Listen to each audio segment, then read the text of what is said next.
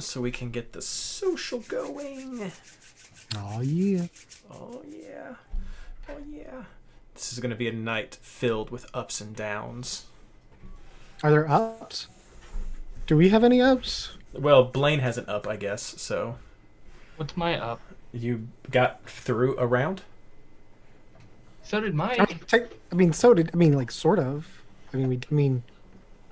My up is gonna. But I kind of talked about my up last week, right? So now I'm gonna talk about it again. That's okay. See the ups and downs. With ups and downs.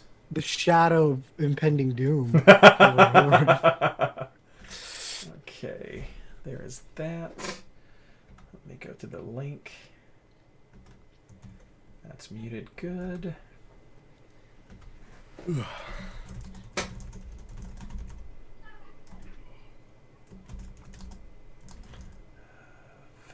Yes, you guys can see where the child lives now. Nice. Mm-hmm. It didn't stay with Lily very long. I imagine you're not too upset about that. No. So, Reed, did you ever get a chance to take Villainous for a test drive? No, I haven't gotten a chance to do the Marvel one yet. I got it all unpacked and went through some of the rules, but haven't gotten a chance to test drive it yet. There is that social. Let's see here. Post a link on Reddit. URL, title. Let's see here.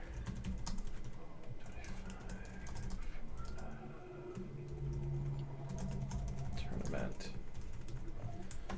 Takeaways. Fantasy takeaways. There we go. Well, I don't know how much you guys are keeping up on everything, but baseball's showing us how not to do a traveling city-to-city league. Everybody's calling for him to shut it down. Did you hear what the Cardinals did? No, I did not hear what the Cardinals No, what did. did they do? A group of them went to the casino or went to a show at the casino. And that's where the big spike came from. And baseball has come out and said after that they've changed the wording in the rules. The previous wording was it was strongly discouraged. Now it's just outright banned. There we go. Yeah. Like they tried to treat the guys like adults and say, please don't do this. Yeah. And I don't understand because the owners of baseball, I think, were the most eager to just shut it all down. I'm kind of surprised. I mean, the players have been really awful this whole time with baseball.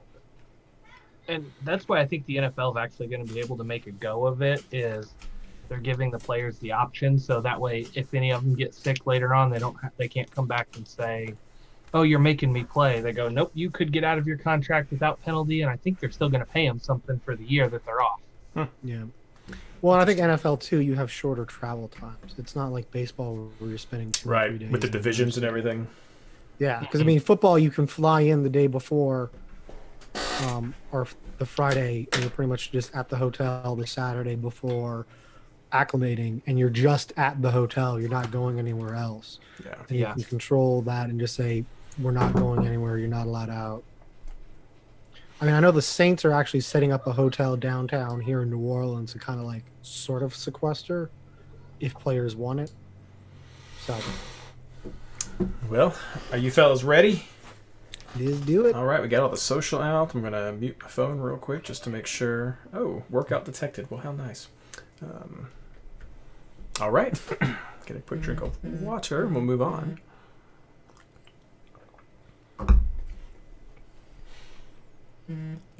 Hello and welcome to episode 25 of the MLS Fantasy Insider, part 4 of our fantasy takeaways from the MLS is Back tournament. This episode is brought to you by a successful bubble, because it's good to give credit where credit is due. While true, this episode is also brought to you by MLSFantasyBoss.com and the amazing subreddit community of r/fantasy MLS. Or that's the old intro. The Patreon community of the MLSI Fantasy Insider. Wow, that was a a throwback to old intros. Just kind of came out there out of nowhere. No, the Patreons for the MLS Fantasy Insider podcast. You guys are amazing, and I don't know what we'd do without you. I'm your host, Reed Connolly from MLSFantasyBoss.com, and tonight I am joined by my partners in fantasy, Michael Denton and Blaine Riffle. How are you guys doing tonight? Doing well. Good. Hopefully you guys are in Season 6, Episode 25 of MLS Fantasy Insider and not back in like Season 3 or 4 or whoever my mind was for a second right there. I'm picking Giovinco, guys. There you go. There it is. Robbie Keane for the hat trick all day. No, we were talking about it just a second ago before we started this podcast. If you caught any of the or listened to any of the beginning on YouTube, there's been some struggles with Major League Baseball with their season, but MLS, once the initial entry into the bubble got finished, we ended a little bit last week with this. Our bubble's been going well, so yeah, definitely wanted to give props to that at the beginning of this show because I think it's been really successful, and it's important to highlight that because we did that whole long series of just trying to keep people's mental health together and focused on something fun and soccer related. That it's nice to be able to point out, look, we're doing a good job. Things were crazy for Dallas and things were crazy for Nashville, but that was before it all came in. But once everything got here, it seems like things have gone well. So big props, congrats right there. Definitely due to our league. Well, fellas, I talked about this on last week's show that we were not going to cover the full week's games from last week. I was saving that so that we could just have this episode be completely about the Sweet 16 and the Elite 8 of the MLS is Back tournament. And I know some of you may like to call those round of 16 and quarterfinals, but as I said last week, I am in SEC country, and that's not how we talk. So round of 16, the Sweet 16 and the quarterfinals, that's what we're focusing on this week because everything has been decided to have our semifinals, our Final Four, and then our final game right there. So this is going to be a fun episode. There's some ups and downs that I talked about before the show as well. We teased a little bit of it last week, but guys, this is good. This tournament, I think, has been one of the most because MLS tournaments ever. Absolutely. It's been wild. It's been fun. There are several times I'll be lying in bed since I'm on the East Coast and some of these games start so late. I'll be lying in bed. I'll look at my phone and see a score and be like, well, I need to follow that game now because this is not what I expected at all. Orlando LAFC. Yeah. But I mean, just looking at the four finalists now, it's just totally because MLS. Like, I don't think any of us had those four making it all the way to the finals. For sure. And we'll get to that at the end. But no, I definitely want to talk about who the Final Four are and just our kind of shock with that. So let's just start right at the beginning. Going back to the Sweet 16, Orlando versus Montreal. This game ended with a 1-0 final in favor of Orlando. Akindelli got the lone goal here. Orlando outshot Montreal 10-7. Montreal outcrossed Orlando 14-19. And then Orlando outpossessed 57-43. A lot of the same key players here. Again, this is why we're doing these little shows right now, is to point out some of the high players so you know which names you want to keep an eye on when we get back into the fantasy season. So, of course, Akindelli has been doing well, gotten a couple of goals and some assists throughout this tournament, but Mendez also had some great shot numbers. Nani has continued to be the standout fantasy player for Orlando during this tournament. And then a couple of defenders had some good games, but this one wasn't a great game for defenders. Mostly right here, this is Nani's game. Again, over on Montreal's side, not awful for some potential points there with a team not scoring any goals. Fanny got some good defensive numbers, if you want to look at that. And then Kyoto and Taider got some good crossing numbers, which is just something you can pull from there. But we're seeing, again, Taider's name over and over right here with the way fantasy goes. Did you guys get to watch this game? Parts of it. Orlando's coming out and really doing great things. I think shocking everybody. I felt like this game was pretty even in most senses. An easy game to start the tournament with, and I think the result that we've ended? Are there, or the result that we would expected with Orlando winning? Any other takeaways you guys want to bring from this? Or this is Montreal's final appearance, so any final thoughts on Montreal from fantasy perspective? Let's do it that way. No, I don't. I mean, I think I feel the same way about Montreal that I did coming into this tournament. Generally, they struggled to score, which is something that we expected coming into the season, losing Piatti. They only generated 0.89 expected goals. I mean, they have a few good chances, but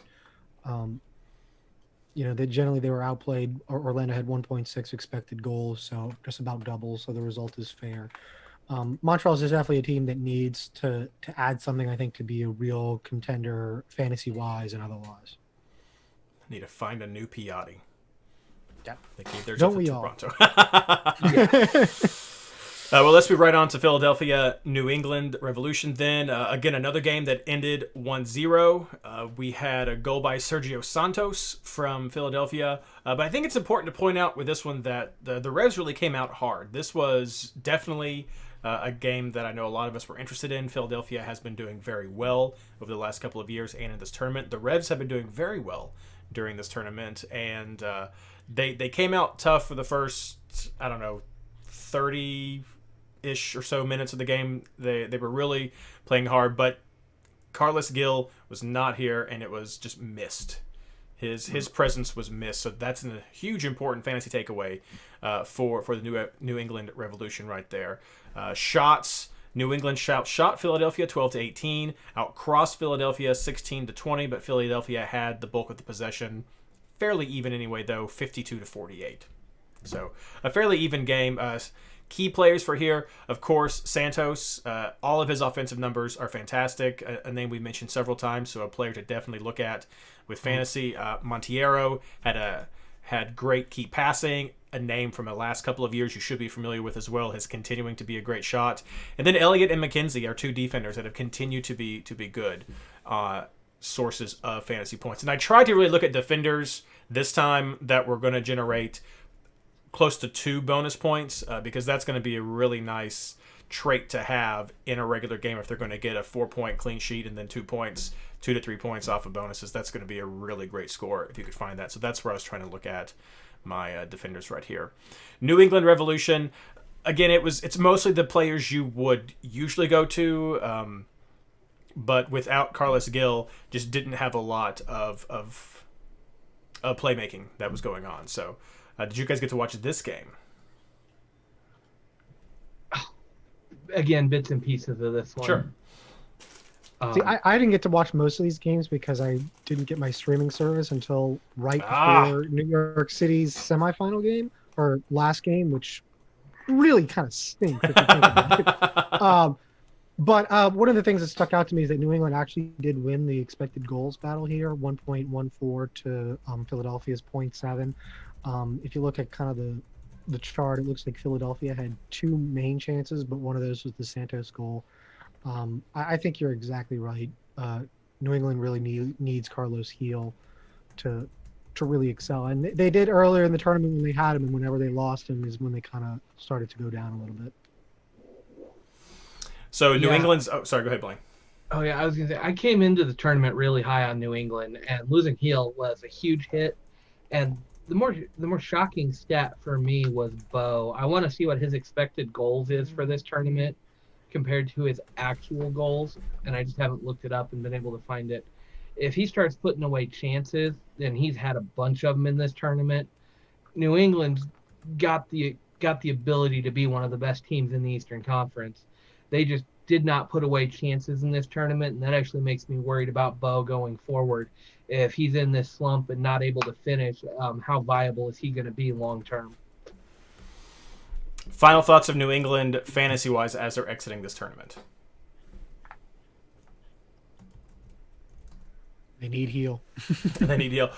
I mean, I'm positive on New England. I liked what I saw a lot. They definitely need Gil, but we knew that he was a great presence last year. I think this is just a great showcase for New England and some of the fantasy potential that their players have. So an easy team that I would look to, definitely under the right circumstances, but even in some of those tougher matchups, I think New England could be a good source of points. Let's move on to Toronto versus New York City FC. I'll let you talk about this one, Mike, after giving the rundown of it. Final of 1-3 in favor of New York City FC, and this couldn't have gone any better for Mike. Goals by Medina, by Castellanos, by Morales, who was back for this part of the tournament. And then on Toronto's side, a goal from Patrick Mullins. Holy cow, this is just the most amazing thing for Mike right here. Beautiful. Mm-hmm. Toronto outshot New York City, though it was close, 12-11. Outcrossed New York City 26-10. And possession fairly even, but in Toronto's favor, 56-44. Mike, what are your fantasy thoughts from this game? So, fantasy thought. The main thought I had coming out of this game was one that Akinola was really important for Toronto. He did not start this game. Josie Altidore did, and it really hurt. It didn't seem like it took Toronto out of the rhythm that they had in the group stage when they were so dominant. The other thing was James Sands had an incredible game, really took out Pozuelo and Bradley, and they really clamped down.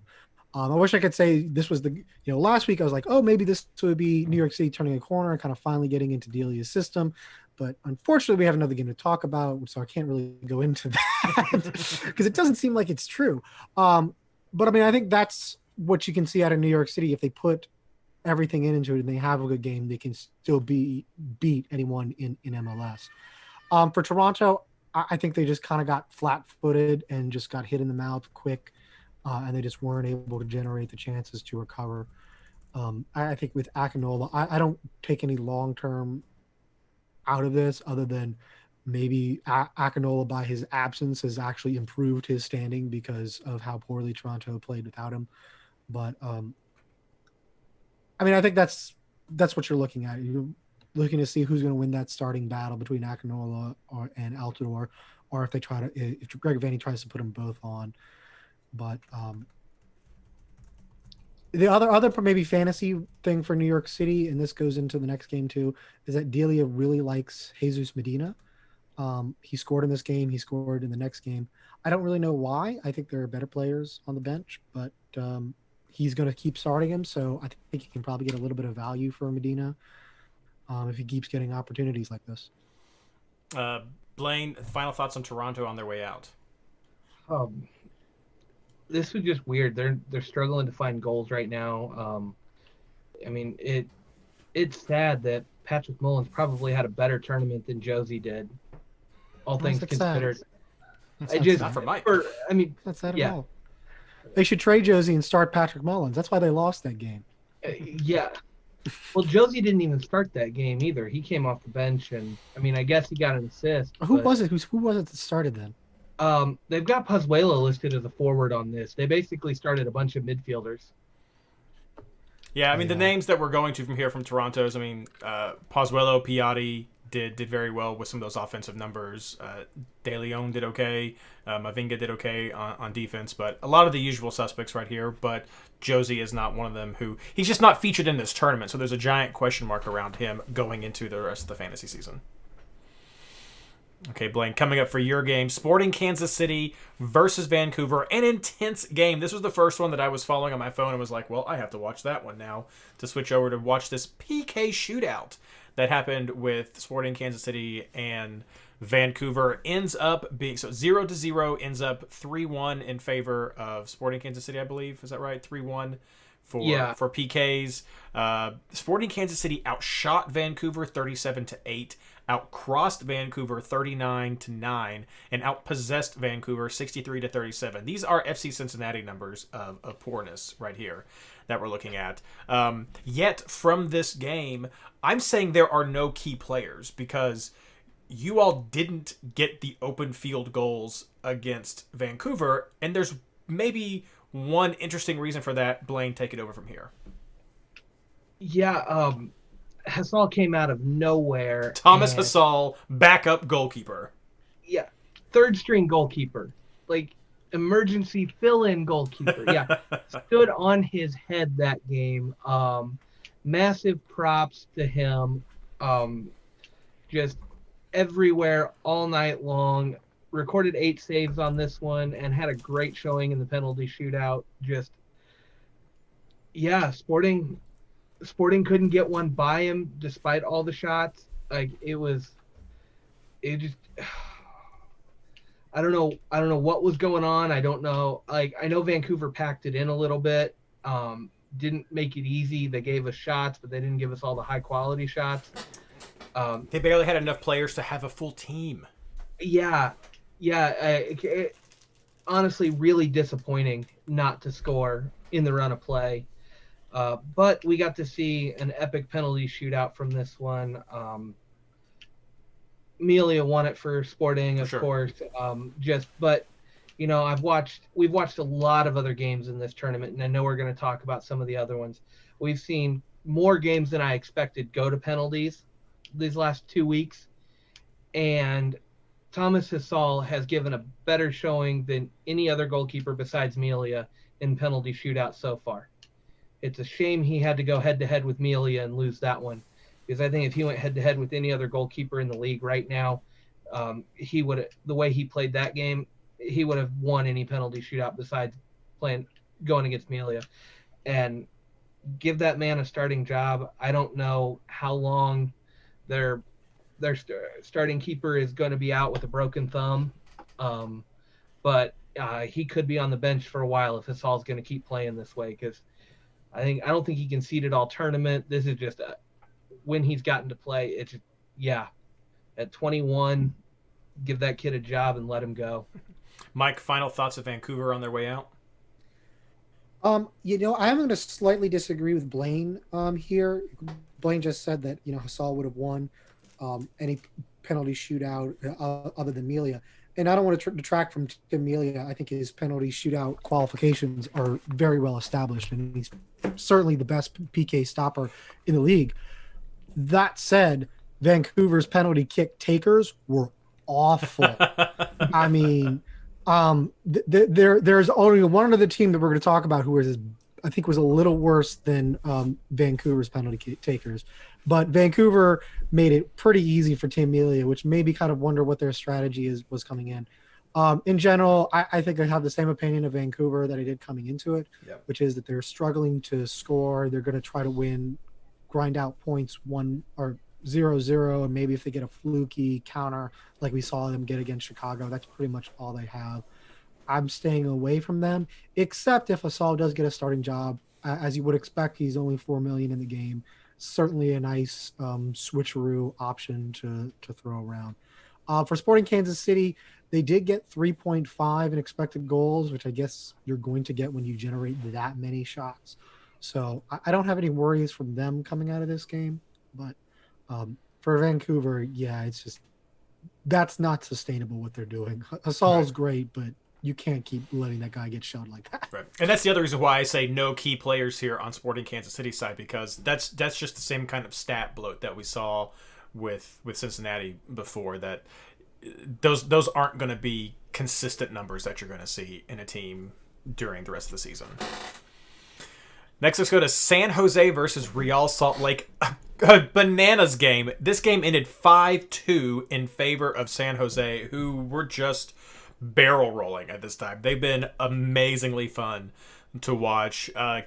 Goals by Espinoza, assisted by Vaco and Eriksson. A PK from Eriksson. Another goal by Vaco, assisted by Rios. A goal by Wando, of course. And another goal, which is a PK by Eriksson. Clearly, you should have caught on that I pointed out these PKs, because it looks like Eriksson is going to be the PK taker for San Jose, if that was a question you still had. On RSL side, not even important, because there's no one from RSL that you want right now. But Espinoza for shots went in favor of San Jose, 19-11. Crosses pretty much even in favor of RSL, 14-16. And then possession went in favor of San Jose, 60-40%. That's a crazy amount right there. Key players from here, like I said, no one from RSL, because this was just not a great game to showcase RSL. But the usual offensive names for San Jose, with Eriksson, Vaco, and Wando. Though mostly it's going to be Eriksson and Vaco, I imagine you're going to be looking at most of this season, since those guys are trading off of assists and goals. Eriksson may have that advantage since he looks to be on PK duty right here. But also Kaisha on defense had 17 clearances, I think is what it was. He had one of his I think it was 17 clearances, which would have been a massive number of fantasy points. So that was just an amazing number of clearances right there, especially for a game when you won 5-2. That was kind of wild. So this was a bananas game. Mike, what do you take from this? I kind of take out of this that I have a lot more questions of Real Salt Lake. I think we came into this tournament expecting them to make it and to maybe make some noise, not necessarily to go all the way or anything like that. But they're kind of one of those mid-tier teams where you kind of want to see what they do. And they didn't really do all that well. Started off hot with a 2-0 win against Colorado and then a 0-0 draw against Minnesota. A 2-0 loss to Sporting Kansas City that they weren't really in, and then just getting absolutely shellacked here. So I don't know that I trust their defense, which is kind of weird with them 2 clean sheets in this, but I just don't feel confident banking on the clean sheet for them because it seems like the same story that we got last year, which is the only thing consistent about RSL is their inconsistency. So I think that makes it really hard to trust them fantasy-wise. Blaine, final thoughts on RSL as they exit? Yeah, I actually did get to watch this game, and they seemed to be in it for about 70 minutes or so. Rusnak did not have as big of an impact on this game as I would have liked to have seen from him. I know with the Sporting game where they lost 2-0, they were missing Rusnak for that one. This team seems to live and die with how Rusnak plays for them, and that's your huge fantasy takeaway. That's where the inconsistency comes from. Yep. Yeah, I hate to say it, they're almost a one-man show right now. Like if Rusnak's on form, the rest of the team plays really well. If they're not on form, or if Rusnak's not in form, the team kind of suffers. And it's just it's classic RSL. When things got bad, they got really bad, and the wheels fell off. And I don't know. I was sitting there laughing at it just because. I mean, I have to. I and Jay's gonna hate me if he hears that, but I laugh every time. And then the 2 red cards. Right. Silva definitely deserved it. Did you guys finally hear what Beckerman got his red card for? Oh no, I didn't. No. He kicked the ball at the ref after the final whistle. That'll do it every time. And so he's got an extra game tacked on, but that's the kind of disarray this team is in. I don't know if Beckerman just wanted his final action in MLS to be a red card. Get one there. Like, if the guys aren't planning on, if they're not going to have the rest of a season, depending on how it looks, Beckerman may just be like, nope, I'm done. Let's just go out with a bang. That may be what that was, but it seemed like when the wheels fell off, they really fell off for this team, and that worries me in fantasy going forward because you could have a decent game with your defenders, and then all of a sudden one red card, one bad slip up, and everything goes down. And that seems to be kind of it seems like this team could easily track that way. We forgot to mention that Bruce Arena got a red card as well after the game ended, with him just sort of running his mouth. So kicking the ball at the ref. That's on that one. That's intense. You're right. Rusnak is there. I mean, you also have Silva when he's not getting red cards. You have Krylat. You have Glad. I mean, there's some people to look at, but yeah, you're right, Mike. Consistency, fantasy-wise, it's a big question mark. Much more in favor of San Jose, who I think we were worried about their performance across the 3 of us coming in, just how they would perform, and they've done fantastic. It's been great to see San Jose play. Until the next game. Spoilers. Seattle versus LAFC ended as maybe a little surprising. I thought this game would be a little bit closer, but the final was Seattle 1, LAFC 4. Rossi just going crazy again, got a PK and an open field goal. Blessing got a goal assisted by BWP and Rodriguez, and then Rodriguez got a goal himself. And then my man Will Bruin, assisted by Jones, gets himself a goal as well. So Mike and I had a good round for our sort of secondary bottom of the barrel forwards who get not enough love. How dare you? They get not enough love. But yeah, Will Bruin got the lone goal for Seattle. LAFC outshot Seattle 23-11. Seattle outcrossed LAFC 25-12. Thank you, Ladero. And then Seattle actually outpossessed LAFC 60-40, but I guess it's easy to have the ball when you're always pulling it out of the back of your net. Sorry, Ashley. Everybody here was the usual suspects as far as key players to look for. I mean, you've got Rui Diaz, you've got Jones, you've got Arriego, you've got Ladero. Like, these are the names you're going to go to anyway. They just didn't get it done this time because LAFC equally has their players that you always go to with Rossi and BWP and Rodriguez and Kay, and all these guys are just consistently being the types of players that you want in fantasy, but when they come together in these big games, you never know what's going to happen. So LAFC is still just rolling with this. What did you guys take away from this game? So my takeaway was that Seattle Sounders fans are not happy with Arriaga. If you want to Google Arriaga or put it into the timeline on Twitter, they are not happy with his performance. He's getting good fantasy numbers. Yeah. I mean, he's getting bonus points. He's not getting good numbers. Yeah, I don't know how many chances that lead to a goal he might have gotten pegged in this one. Judging by Twitter, it was all of them. I think the big thing for Seattle is that last year they kind of did it on the strength of the defense. And we knew replacing Chad Morris was going to be a big question. Yeah. But it seems like it's going to be an even bigger question than we thought. A 4-1 loss is just huge. That's not something you expect to see. I mean, I know LAFC is good. I know they're going to generate chances, but for them to blow out Seattle is something that should be concerning to everyone. I mean, you also have the Chicago game in there. So basically you just kept clean sheets against Vancouver and San Jose. I mean, that's not all that impressive. So I think that's my takeaway is I'm not going to be trusting Seattle's defense from here on out until they fix whatever's going on. Blaine, any final thoughts for Seattle? Yeah, their defense is bad, and one of the biggest issues I saw in this tournament was Raul Rui Diaz didn't look good at all. Like, you can make up for shaky defense when you've got Ladero and Morris and Rui Diaz all firing, but Rui Diaz was wasting opportunities and just really never got in a position to make big things happen. And it kind of shocks me. He's been a guy I've had my eye on, and I mean, guy I've had in draft 2 years in a row. I don't have him this year, thankfully, but just one of those players we expect a lot more from, and he didn't deliver in this tournament at all.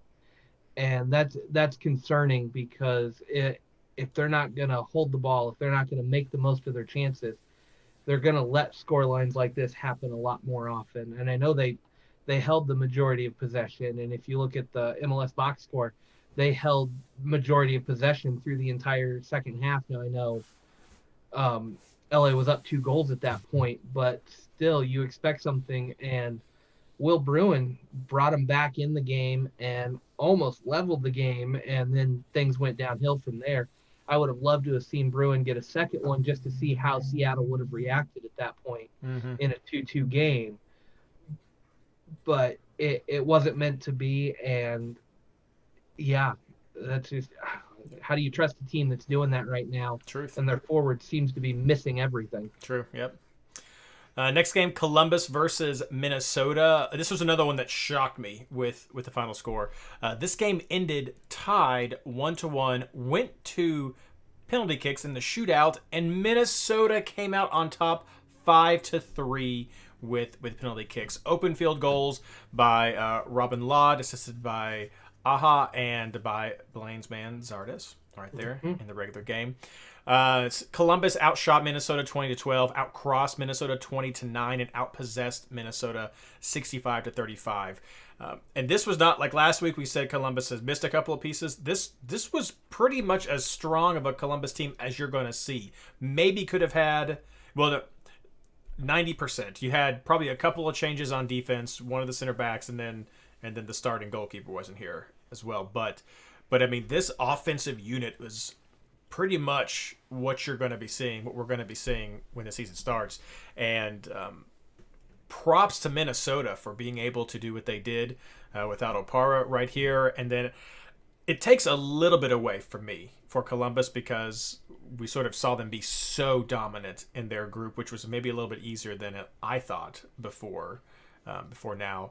But I still think Columbus is a team that's going to do well this season, going to do well with fantasy points because of the numbers that they're still putting up right here. Minnesota, harder for me to take away from this just because they don't have all the pieces, and some of the players who were producing numbers aren't really fantasy viable type people that you're going to look at. But did either of you get to watch this game? Mike, this was after New York, so No, you had your streaming service? I somehow I think I managed to get this game. Okay. I don't remember what method I did, but I mean, once ever I saw it was 1-1, I was like, I want to watch this. For sure.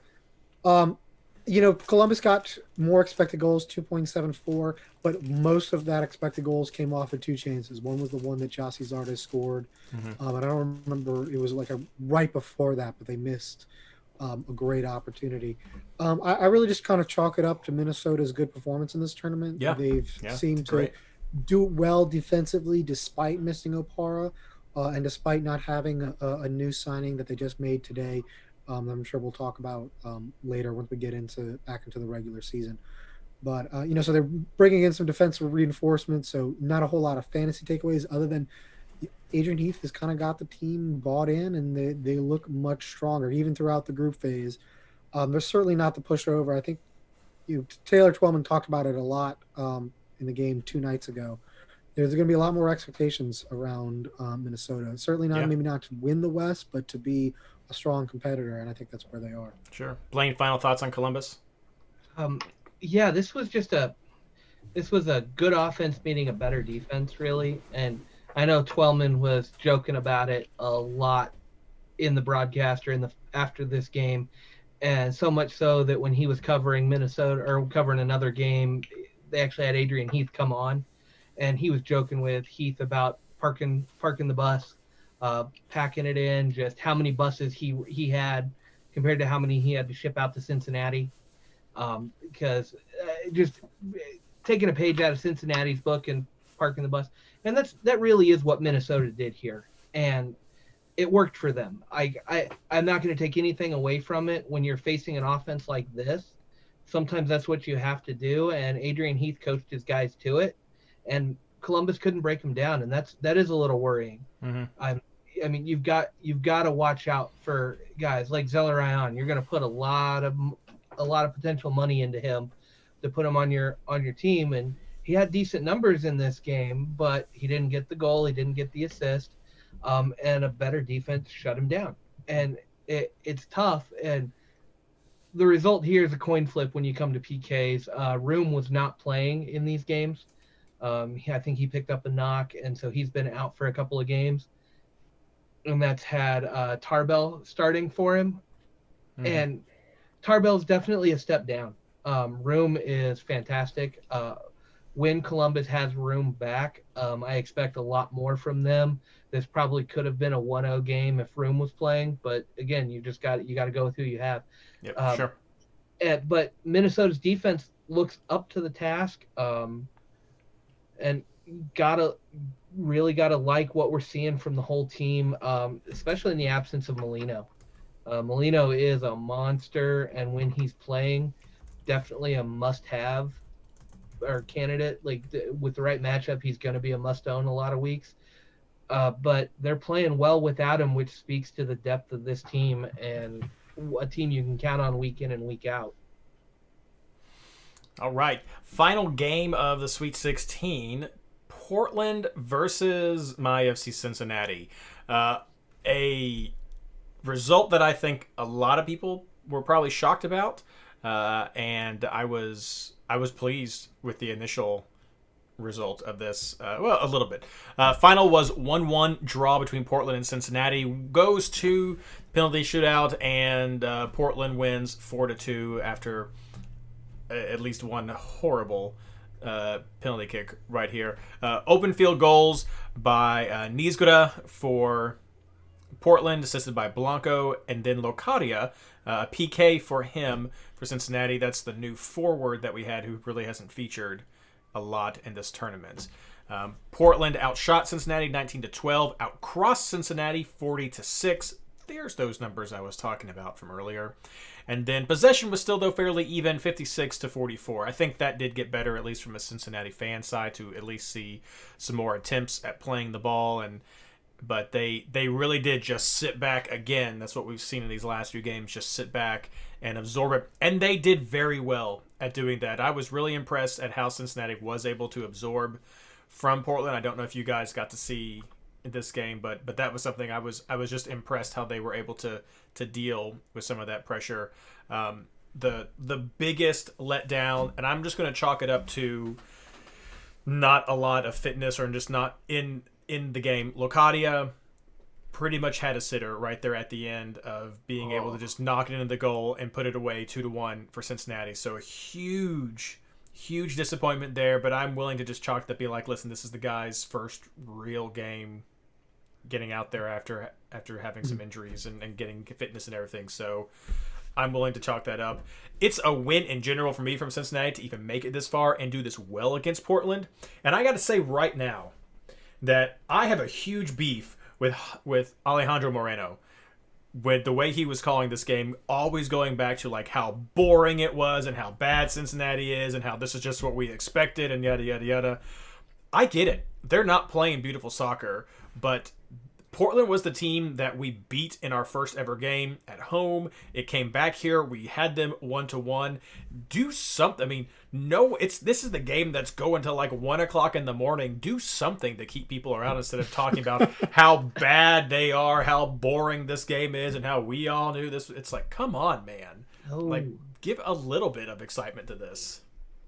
No, Like, give credit. Give credit for accomplishing, like, not getting blown out by Portland. Yeah, I've saved this hot take for you, Reed, on this. I haven't posted it anywhere yet. No, I watched this game, and I mean, I had watched most of the Cincy games leading up to this because I was curious, especially when they got on the Cinderella run, and I just wanted to see it. And the whole time in this game, and down to Locadia missing the sitter, I was getting flashbacks to Costa Rica and the 5-4-1. And Sure. people say it's ugly soccer. People say it's negative play, whatever. I like it. I can't help it. I like it. Like, I can pull for Cincy doing this. There's something to be said about a 5-3-2 or a 5-4-1. You pack it in behind the ball, you pick your moments, and you go at them. Cincy looked good when they broke out of their shell. Amaya looks really good. Kubo's a great player for this. He fits this system. All credit to Jaap Stam. He's got these guys playing a style that can get results. Mm-hmm. I mean, Locadia puts that gimme in. I mean, it's a horrible miss. You can't take anything away from that. But he puts that in. Since he wins 2-1, never goes to penalties. We're talking a whole different tournament here for Cincy, and I'm sure Doyle and the rest would be starting to bring up the Costa Rica thing. Like, if you can make a living playing this way, and when it's never fun to watch a team park the bus, but I really enjoy watching a team that knows how to pack it in and play good defense and knows when to break and when just to clear the ball. And right now, Jaap Stam's got them they know when to break. They know who's supposed to run. They know where their outlets are going to be. And they just take off.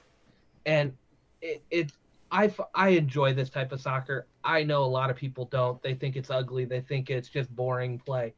I personally love it. I loved what I saw from Cincy. And I think they've put the rest of the Eastern Conference on notice that they're going to have to keep an eye on this. And they can't come in expecting an easy game. They're going to have to show that they can break down a good defense. And yeah, I was excited about this.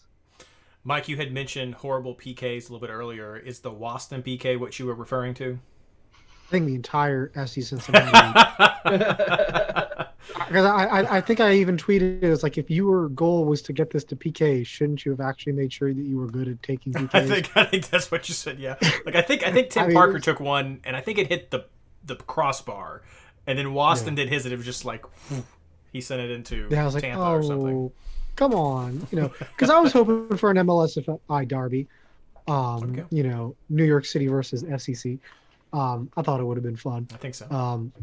And also, we may have had a better chance of not losing, so that would have been cool. True. But yeah, I mean, also, when you're talking about Moreno, I don't really feel bad for the Portland Timbers that they got the bus parked on.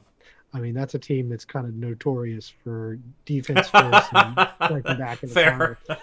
Especially when we'll talk about a game in a few minutes. I don't really have any sympathy for them. But yeah, I mean, I think Blaine is exactly right. FC Cincinnati has put the league on notice that they're not a pushover defensively. I'm not sure I'm quite as enamored with how they're getting on the break. Mm-hmm. They didn't seem to be all that interested in getting on the break until they were down. And then once they equalized and they got that one glorious opportunity, they didn't get much else. So I think there's a lot of work to do on improving their opportunities off the break and generating chances to be a little bit more like Portland, because we'll talk about what they were able to do against New York City.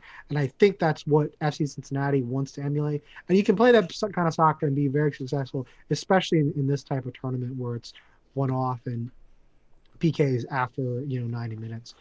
But I mean, I think you're right, Reed, to just take a lot of positives from this, especially when they started out 4-0. We're like, same old Cincinnati, nothing much to be worried about. But I mean, they've really grown through this tournament, and they have a little bit of momentum. Not saying they're a playoff team, but certainly a team that can be building towards something later on. Right. But Mike, to be that good after what is this? Was this 4 or 6 games for Stum now to bring in this style? Did he start 4. the season with 4? This tournament was his first game. Yeah. So to be here with the style shift and 4 games into a new coach, like, yeah, maybe they're not quite as good as I say they are, but to be there that quick is astounding to me. Well, and Stom's a defender too, so he probably has a better understanding of how to organize some of this than maybe previous coaches have with them. But I think you're right. The big fantasy takeaway from here is Cincinnati's still a team you can probably bet against. Maybe it's not 3 players against Cincinnati. Maybe you only take a couple players against Cincinnati for your fantasy team, because I think that if they keep their defensive shape, it may be a little bit harder to break them down. I think you're probably more focused on getting defenders against Cincinnati than your offensive players now. All right, let's move on to the Elite Eight. Philadelphia versus Sporting Kansas City. Did not go your way, Blaine. Final score 3-1 in favor of Philadelphia. Goals by Monteiro, assisted by Badora and Santos, and then 2 more goals, a brace for Santos with an assist by Aronson in one of those. Same names we're hearing here, people, so it just reinforces that. Goal from Polito, though, assisted by Russell, which is someone who wasn't on the list early on in this tournament. Sporting Kansas City outshot Philadelphia 16-7, outcrossed Philadelphia 20-4, and fairly even possession in favor of Sporting Kansas City 57-43. Key Philadelphia players, of course, those offensive players I was just mentioning there, Monteiro and Santos right there. Gaddis and Elliott, again, did well on defense, so you have some options there. Philadelphia not the cheapest team, though. Sporting Kansas City, I mean, I'm going to say Polito and Russell just because Polito got the goal, which is something you guys have struggled some in the past of having a good forward to go to, so it's nice to see that Polito is getting on the score sheet. And then Russell wasn't featuring early on in this tournament, and he's come back on later in this tournament, so that kind of a reliable name you can start to potentially go back to as well. But, I mean, Sporting Kansas City is overflowing with midfielders you could look at. Yeah, this game, I was disappointed to go out of the tournament here, but we got beat by the better team. Like, it was just Santos and Aronson just tore us up. It was brutal. Vermes finally had to rotate, did some rotation. Shallowy was awful. Bucio did not have a good game starting. Sporting really picked it up when Kinda came in. He started the second half, and Bucio was upset to come off, but Kinda really brought a spark. We looked more dangerous in the second half, but we were already down 3-1, and that's where the possession and the shot numbers come from. Is Philly's got a good defense, and they could sit in with a 2-goal cushion and just not give it up, and that's what they did. Kinda and Polito are definitely your highlights from the tournament for Kansas City. Those are two guys week in and week out you can bank on having decent games when they're starting. They are kind of the heart of the team right now for fantasy points. Russell did look good coming back. He's getting back into fitness, and that's good. But man, Aronson is just so good. I don't know if he's going to be with the team long term. If depending on what the virus does and what the Euro seasons look like, I could see him moving before the end of the MLS season, to be perfectly honest. The offers are starting to pour in for him, and I don't know that he's going to be there. But, man, if he's still in MLS, he's a guy you've got to keep an eye on, and you've got to have. And then Sergio Santos is one of those. He's had his ups and downs, but when he's on, and he is so good. Mm-hmm. Mike, final thoughts on Sporting Kansas City? I mean, I'll defer to Blaine on that. I'll just point out that Santos is a 7.2 forward. We're always looking for cheap forwards. Yeah, I think he's a great option. Very nice. All right, let's move on to Orlando versus LAFC. I think we all thought we knew the way this was going to go. I know 538 thought they knew the way this was going to go for the entire tournament, and then Orlando said, and maybe Derek had something to do with it. I don't know. But this game ended in a tie, 1-1, goals by BWP, assisted by Rossi. And then for Orlando, Matinho, assisted by Nani, of course, right there. And then this goes to a PK shootout. And you better believe that I was watching this PK shootout as well. 5-4 in favor of Orlando. Excuse me. 5-4 in favor of Orlando. Wins it in PKs. Completely destroys what people thought was going to happen. Brackets were destroyed. Tables were flipped. This was just ridiculous. Orlando outshot LAFC 17-8, outcrossed LAFC 18-10, and outpossessed LAFC fairly even 52-48. So this was just a wild game at all. Did either of you ever think that Orlando was going to beat LAFC in this tournament? No. Here we go. Nope. Fair. Basic takeaways from Orlando, which you want to know. Mueller left injured, I believe, and then at the end of the game, you saw him in a sling or something. But so Mueller's been a key player, but he looks like he might be injured. Nani is, of course, we mentioned him a lot. Pereira is another player who's been key with playmaking right now, and then Jansen on defense has done very well. A couple of different defensive options back there. LAFC, it's the usual names. No need to mention them here. It just didn't happen for them. But the important thing, well, I won't jump on that. Blaine or Mike, what were your thoughts from this game? My thoughts. Oh, I don't know. Ahead, Blaine wants to Go go. ahead, Blaine. Orlando's defense is no joke. I know we talked about it coming into the tournament. I know we talked about it after the group stage. I know we were all kind of saying the same thing. A good defense can take you a long way in a tournament style like this. Orlando's defense is legit. I know we bagged on them for a while. I know last year and even the year before, some of their only highlights were having a few good defensive options, but they didn't have an offense that could keep the ball long enough to keep them from getting shelled. Now they've got the offense seems to be clicking a little better. They seem to be able to hold possession more. It takes a little bit of the pressure off the defense so they don't get tired legs. But, man, this defense is good. Galice, as their goalkeeper, has been solid all tournament. Another 4 saves in this one on 5 shots on target. So, I mean, he's getting to the balls. It's a good defense will take you a long way, and I think we found a defense we can rely on when the regular season comes back. Mike, final thoughts about LAFC? Feel free to add anything about Orlando, too. I mean, for Orlando, all I'm just going to say is I think Oscar Pereira has done an amazing job. Yeah, for sure. Fixing up that defense and getting them to be a real strong machine. Other people have talked about no other team limited or LAFC to no shots before so many minutes, and just how few shots LAFC had, just the expected goals, and everything shows a very strong defensive performance. Kind of looking it up, it looks like Mueller will be back for the semifinal game, so Orlando will get a boost there. Or just precaution. For LAFC, Yeah, for LAFC, I'm not too worried about it. They had 1.7 expected goals. You know, if one of those goes in, we're having a different conversation. I still think they'll be fine. They'll be getting Vela back, fantasy wise. Probably the bigger question for them is, do they keep all their pieces, or does someone from Europe come calling for Rossi Yeah, or for sure. anyone else? For sure. All right. San Jose versus Minnesota. I was a little surprised with this result. I expected a little bit more out of San Jose with this game, but big credit to Minnesota, who won this game 4-1. Goals by Laud, goals by Hayes, Maria, and Harrison. We got a couple of assists by Dotson in there, an assist by Laud and Aha got an assist as well, and then Erickson with the PK. So 3 PKs for Erickson in these last 2 games.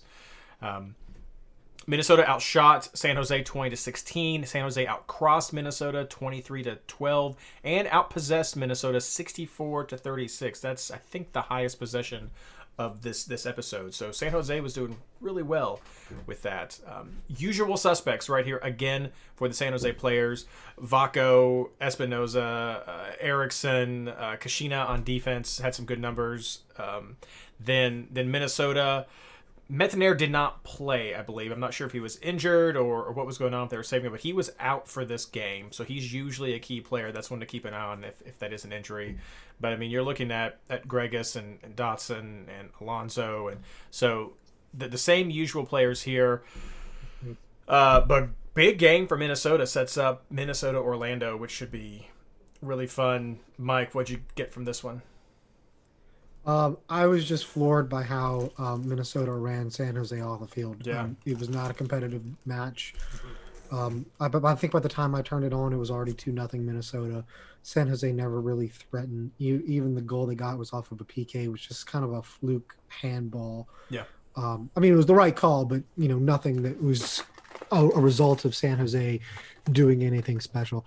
To me, San Jose is still kind of a question mark. You get the great games, and then you get games like this, which was just a stinker. It was kind of a microcosm of their season all last year, where they started off hot and then fell back down to earth. We just talked about how they ran RSL off the field and then just got ran off the field themselves.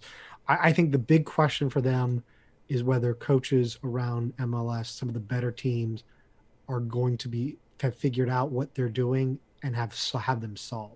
Because that's kind of what it feels like to me. All the better teams in MLS and the better coaches know what San Jose is going to do and can address it.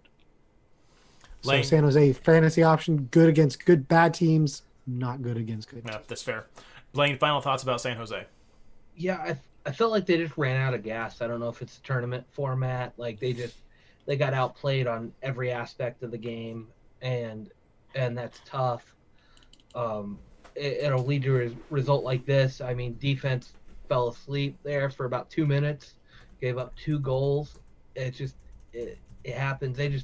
They seem tired. They're not as deep of a team. I look at their substitution patterns. I look at who started. They played the same guys pretty consistently. They didn't have a lot of rotation here in their lineup, and it shows. And that's credit to Minnesota. He's got a good team there. When you can bring a guy like Ja'Cory Hayes in and he gets his first start in over a year, and I think his last start was with a different team, comes on, gets a goal. I mean, just looked lively, looked really good. I'm happy to see Hayes getting some more minutes. I know he's a guy that we've kind of kept an eye on in fantasy because he got the occasional start with Dallas, and when he got the start, he was pretty decent and one of those cheap options we can go to. And it's just good to see young guys like that getting a shot with Minnesota. And it's going to change up how we have to look at fantasy this year because they do have a lot of depth. And Minnesota's just one of those teams that they could switch their lineup in a heartbeat and they can still be almost as good or just as good with a couple of other players in the lineup. And those players are producing right away. Like Ja'Cory Hayes has now got to be on everybody's radar for fantasy. Yeah. He got a goal and looked good. I mean, he looked really good. And so I'm not going to look up his price, but I know he's got to be under 8, probably under 7, maybe even in the 5s, but still just a guy like that could get a start at any moment. Like, that's huge for a team like Minnesota. He's at 5. Nice. He's at 5. Oh, yeah. nice. Wow. All right, in our final game, New York City FC versus Portland. Did not go in Mike's favor. Final score here, Portland 3, New York City FC 1. Goals from Medina off of a PK, and then Blanco, Valeri, and Polo all got a goal as well for Portland. Fairly even, though, with a lot of the stats. Shots in favor of New York City, 10-9. Crosses in favor of New York City, 19-13. And New York City enjoying the bulk of possession, 61-39. Mike, what happened? Pretty much the perfect game for Portland's perspective. Savarese wants to see his team sit back and have excellent counters, and that's pretty much what happened. I think Sebastian Blanco has to be on your radar. 8.9 million as a midfielder. Had a goal in the game against Cincinnati where he kind of took advantage of being right place, right time. Did it again against New York City. I believe he got an assist on the Valeri goal as well. Nezguda got an assist on the Valeri. He got an assist on the Polo goal. I he tuned into this game. He got like a second. Maybe he might have gotten a secondary assist on that one. But he was terrorizing New York City defense all night. And I think him and Valeri, when they're going forward on the counter, is probably one of the most dangerous counterattacks you're going to see in MLS. Valeri, obviously, he's a bench guy. He's a super sub, which quite a super sub to have. But I think it does impact his fantasy value. I don't know how many times you want to go 11 million for a guy who's just going to come off the bench. Yeah. But otherwise, I think Portland is very strong. Nizgoda's had a good tournament as well. For New York City, honestly, I think you're selling their stock. They're not getting movement. They're not breaking down teams.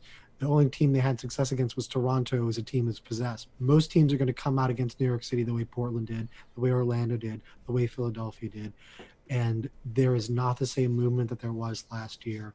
There's not the same creativity.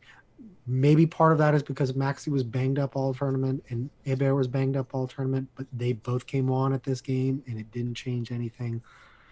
It's just hard to justify the premium prices that New York City players put on fantasy for what you're seeing on the field. It's just not looking good. And their defense was awful. The 3 goals of Portland, the Polo goal, that's just a wonder goal. There's not much you can do about that. But Portland had plenty of other chances where it just looked like New York City was running with chickens with their heads cut off. And that was the way it was against Orlando early in the game. It's just not good enough. Yeah, I tuned into this game like a minute before Blanco's goal, where he just had that sort of rebound off right there in front and just sent it in, and Johnson just sort of watched it because he couldn't do anything, and I was like, holy crap. Beauty. Blaine, final thoughts on New York City FC?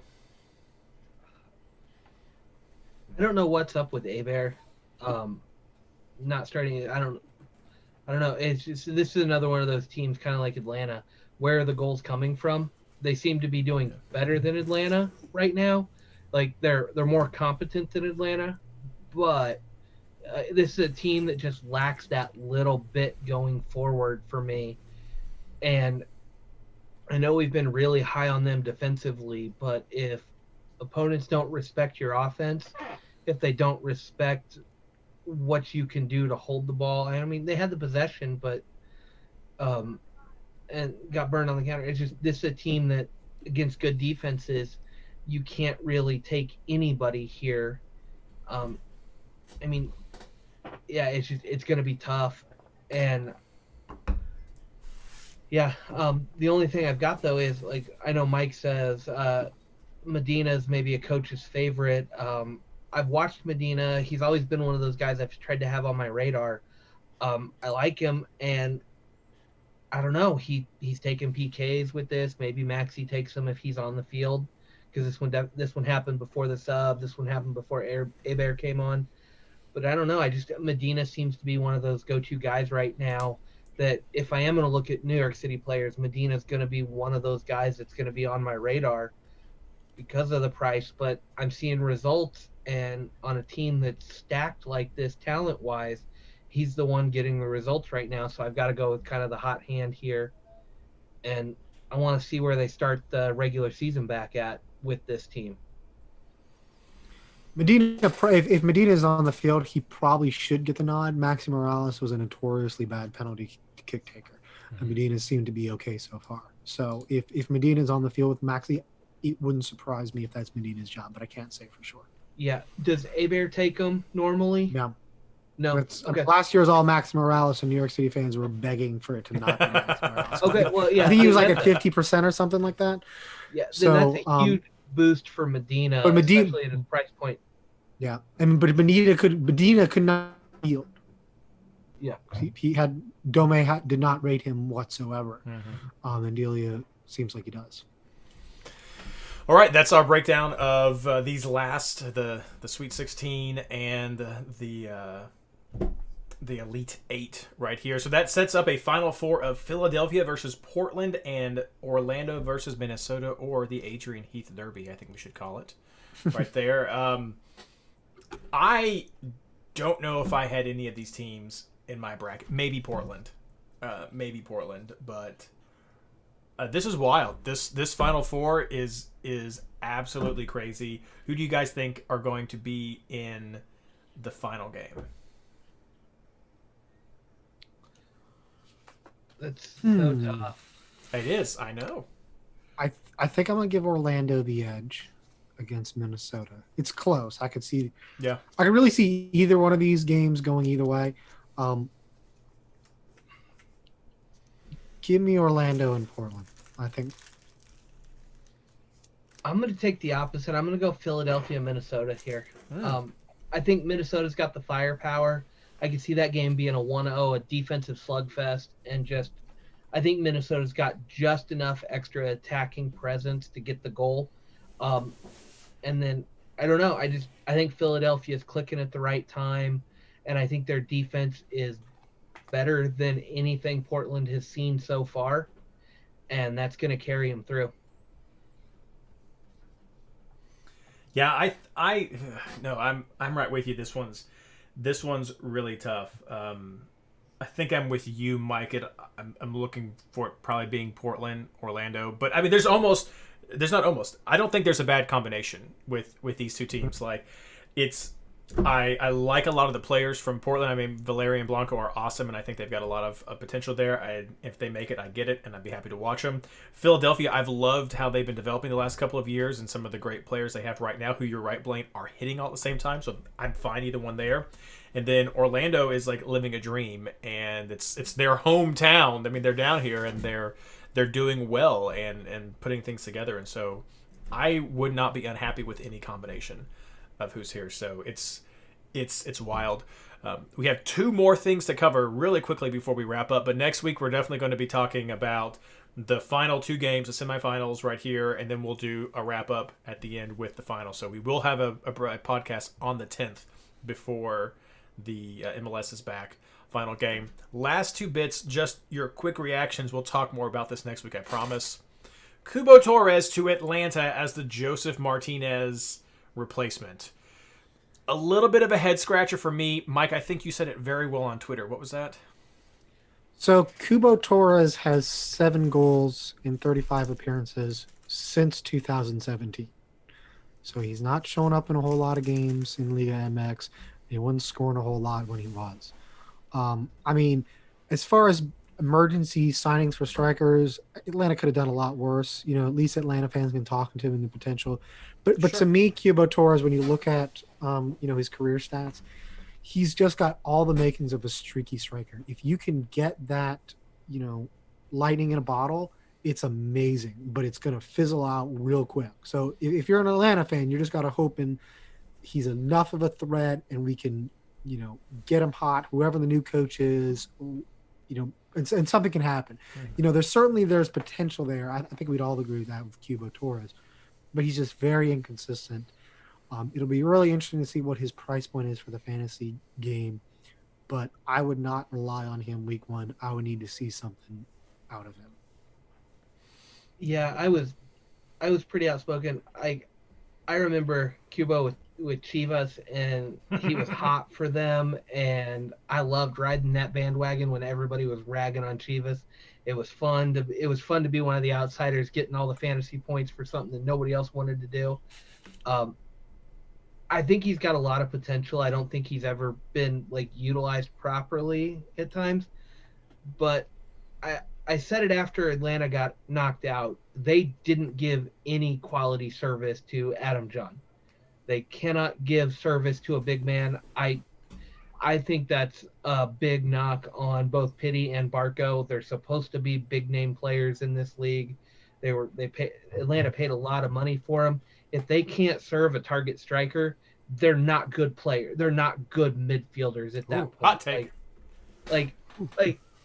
I just, if you're that much quality, you should be able to give service to whoever's up front. If you've got a guy who is not necessarily great with his feet, but he's head and shoulders taller than everybody else, you put the ball on his head, right?